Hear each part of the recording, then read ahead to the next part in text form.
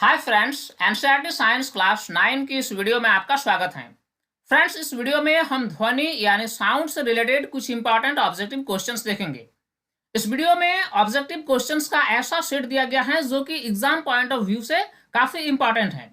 आप किसी भी बैकग्राउंड में हैं, अगर आप क्लास 9 के स्टूडेंट हैं या जॉब के लिए किसी कॉम्पिटिटिव एग्जाम की प्रिपरेशन कर रहे हैं, हर स्थिति में यह क्वेश्चंस का सेट आपके लिए फायदेमंद होगी। तो आइए इस वीडियो को शुरू करते हैं। पहला क्वेश्चन है, सामान्य मनुष्य में ध्वनि की श्रव्यता की परास क्या है। इस क्वेश्चन में हमें बताना है कि एक सामान्य मनुष्य के लिए ध्वनि की किस रेंज को वो सुन सकता है। ऑप्शन है 200 हर्ट्ज से 20,000 हर्ट्ज तक। ऑप्शन 2 है 20 किलो हर्ट्ज से 20,000 किलो हर्ट्ज तक। ऑप्शन सी है 20 हर्ट्ज से 20,000 हर्ट्ज तक। और लास्ट ऑप्शन है 20 हर्ट्ज से 2,000 हर्ट्ज तक। तो एक सामान्य मनुष्य किस ध्वनि को सुन सकता है न 20 हर्ट्ज से 20,000 हर्ट्ज के बीच की ध्वनि को एक सामान्य मनुष्य सुन सकता है। अगला क्वेश्चन है, मानव मस्तिष्क में ध्वनि की संवेदना लगभग कितने समय तक बनी रहती है। एक्चुअली होता क्या है कि जब हम कोई ध्वनि को सुनते हैं तो ध्वनि खत्म होने के बाद भी कुछ समय तक वो ध्वनि हमारे मस्तिष्क में बनी रहती है। तो इस क्वेश्चन में हमें बताना है कि ध्वनि की जो संवेदना है वह हमारे मस्तिष्क में लगभग कितने समय तक बनी रहती है। ऑप्शन है हमारे पास 0.1 सेकेंड, 0.2 सेकेंड, 0.3 सेकेंड और 0.4 सेकेंड।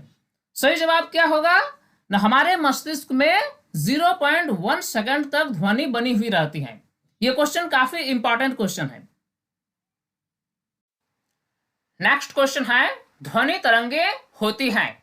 ऑप्शंस हमारे पास है अनुप्रस्थ तरंगे, अनुदैर्घ्य तरंगे, उपर्युक्त दोनों या फिर इनमें से कोई नहीं।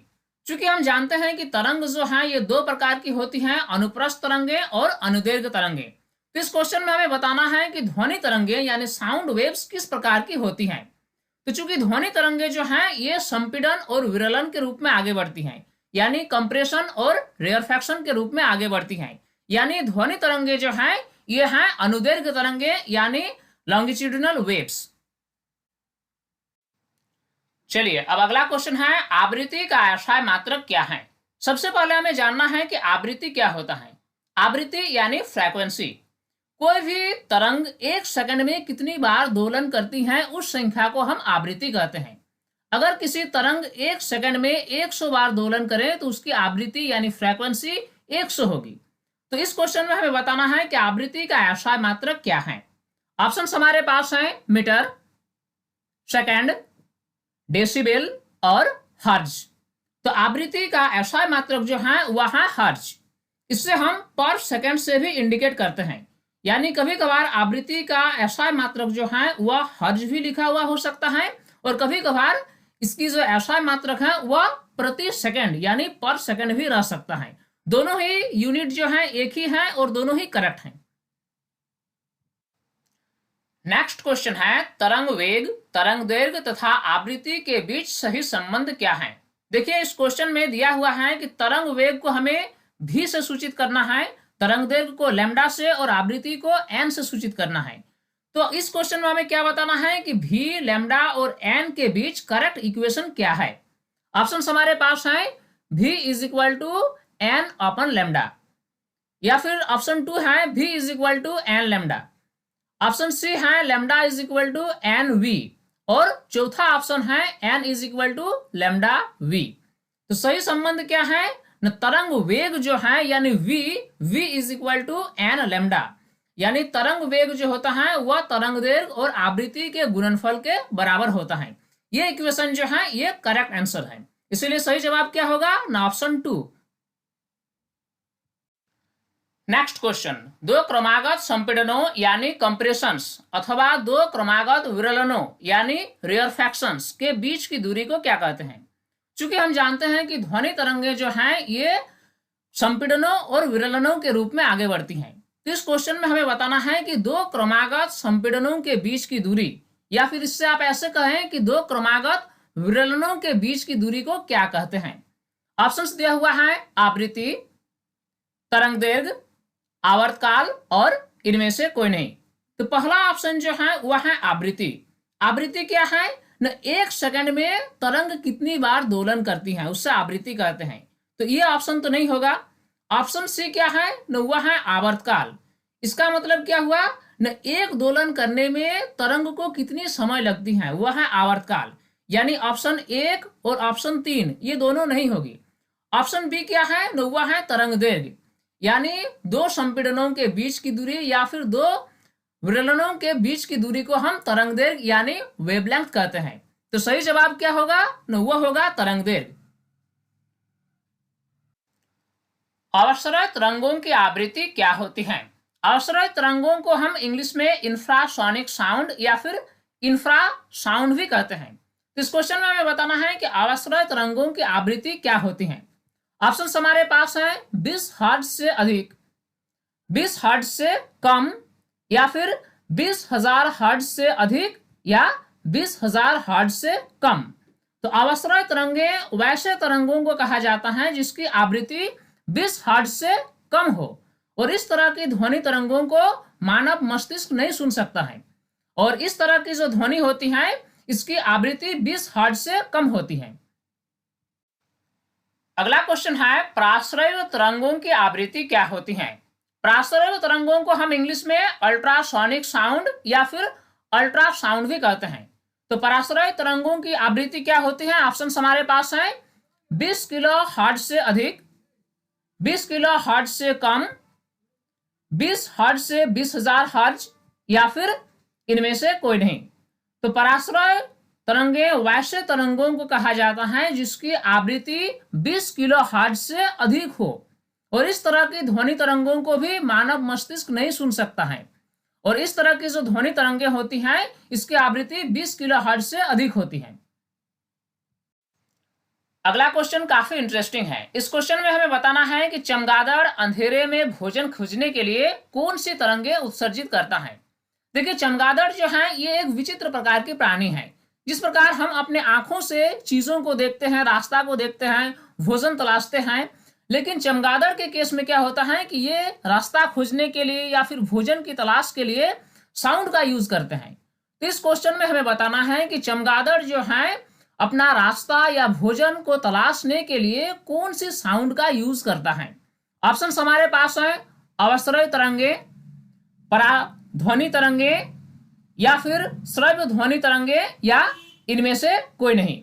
तो चमगादड़ जो होती है ये पराध्वनि तरंगे उत्सर्जित करती है, और उसी के सहारे ये भोजन या फिर रास्ता को खोजती हैं। पराध्वनि तरंगे यानी अल्ट्रासोनिक साउंड। नेक्स्ट क्वेश्चन है तरंगदैर्घ्य का एसआई मात्रक क्या है, यानी वेवलेंथ का एसआई मात्रक क्या है। ऑप्शन है मीटर, सेकंड, डेसिबल, या फिर हर्ट्ज।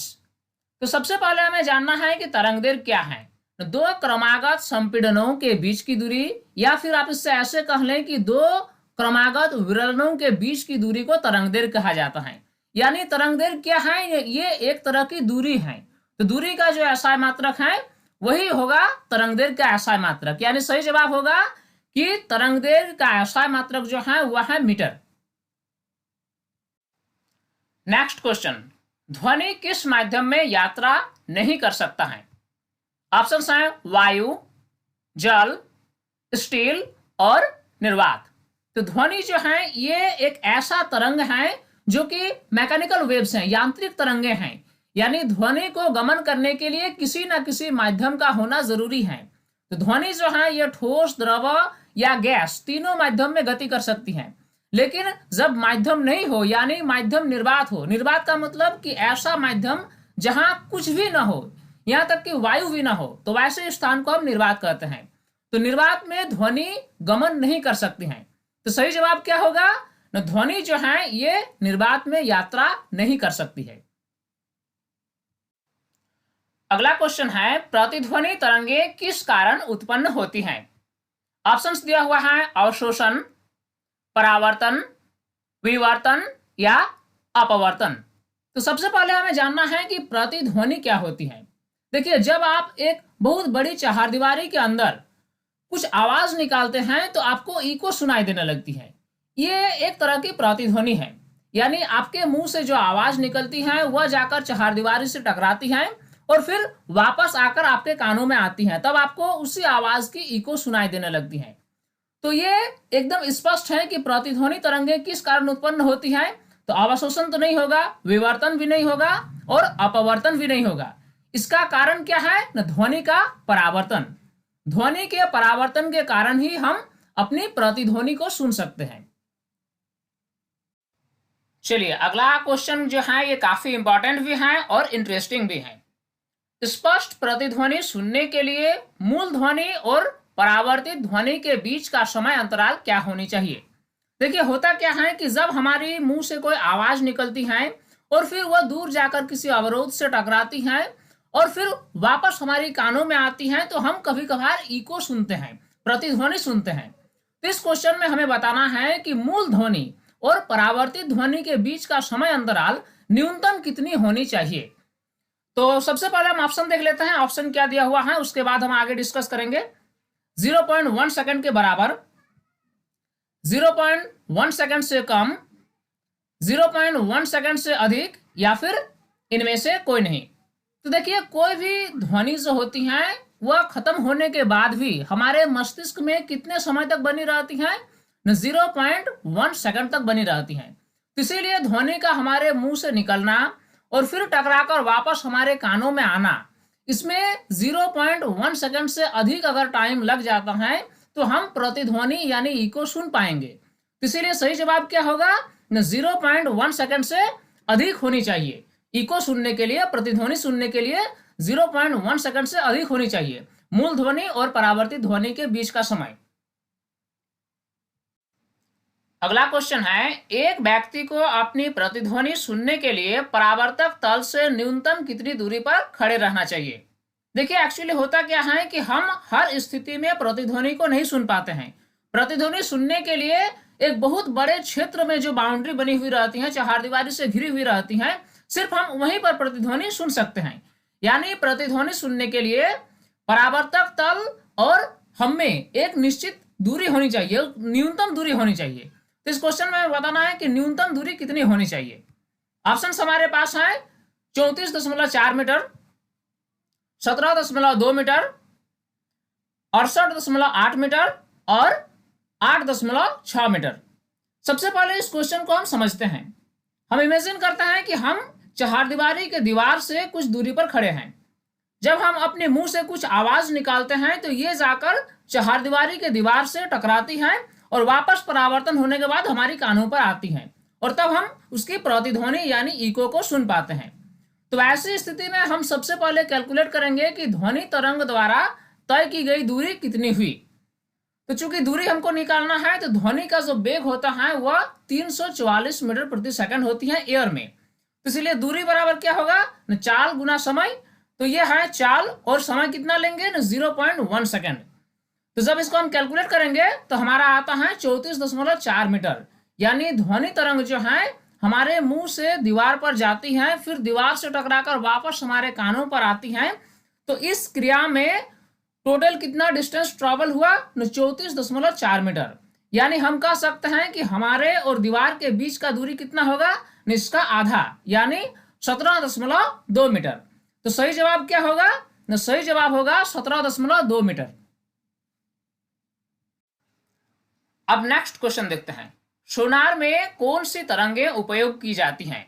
देखिए पनडुब्बी में सोनार टेक्नोलॉजी का यूज किया जाता है। इसमें क्या होता है कि कोई चट्टान या किसी प्रकार के अवरोध का पता लगाने के लिए सोनार टेक्नोलॉजी का यूज किया जाता है। तो इसमें हमें बताना है कि सोनार टेक्नोलॉजी में कौन सी तरंग का यूज किया जाता है। ऑप्शन हमारे पास है रेडियो तरंगे, पराध्वनि तरंगे, आवर्सर तरंगे और विद्युत चुंबकीय तरंगे। तो सोनार टेक्नोलॉजी में हम पराध्वनि तरंगे यानी अल्ट्रासोनिक साउंड का यूज करते हैं। चलिए इस क्वेश्चन में हमें सोनार का पूरा नाम बताना है। ऑप्शंस दिया हुआ है sound navigate and ranging, sound navigated and ranging, sound navigation and ranging और लास्ट ऑप्शन है इनमें से कोई नहीं। तो सोनार का जो पूरा नाम है वह है साउंड नेविगेशन एंड रेंजिंग। अगला क्वेश्चन हमारे पास है, एकांक समय में पूर्ण होने वाले दोलनों की कुल संख्या को क्या कहते हैं। देखिए, ये एक तरह की जो है परिभाषा से रिलेटेड क्वेश्चन है। हमें इसमें बताना है कि किसी तरंग में एकांक समय यानी इकाई समय में टोटल कितनी दोलन हुई, वह संख्या को हम क्या कहते हैं। ऑप्शन हमारे पास है, तरंग दैर्घ्य, आवृत्ति, ध्वनि की तीव्रता और इनमें से कोई नहीं। तो एक इकाई टाइम में यानी 1 यूनिट टाइम में टोटल वाइब्रेशन का जो नंबर है, टोटल दोलनों की जो संख्या है, उससे हम आवृत्ति कहते हैं। यानी आवृत्ति क्या है ना, एक इकाई टाइम में, एक इकाई समय में तरंग जो है कितनी बार दोलन करती है, उससे हम आवृत्ति कहते हैं। अगला क्वेश्चन है, ध्वनि की प्रबलता मूलतः किससे ज्ञात की जाती है, यानी लाउडनेस ऑफ साउंड जो है वह किस पर डिपेंडेंट है। ऑप्शंस हैं, आयाम, आवृत्ति, तरंग दैर्घ्य और इनमें से कोई नहीं।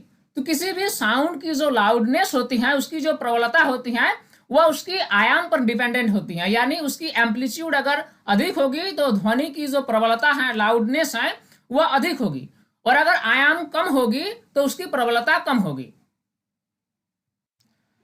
अगला क्वेश्चन है, आवृत्ति तथा आवर्तकाल के बीच क्या संबंध है, यानी फ्रीक्वेंसी और टाइम पीरियड के बीच क्या रिलेशन है, ये हमें बताना है।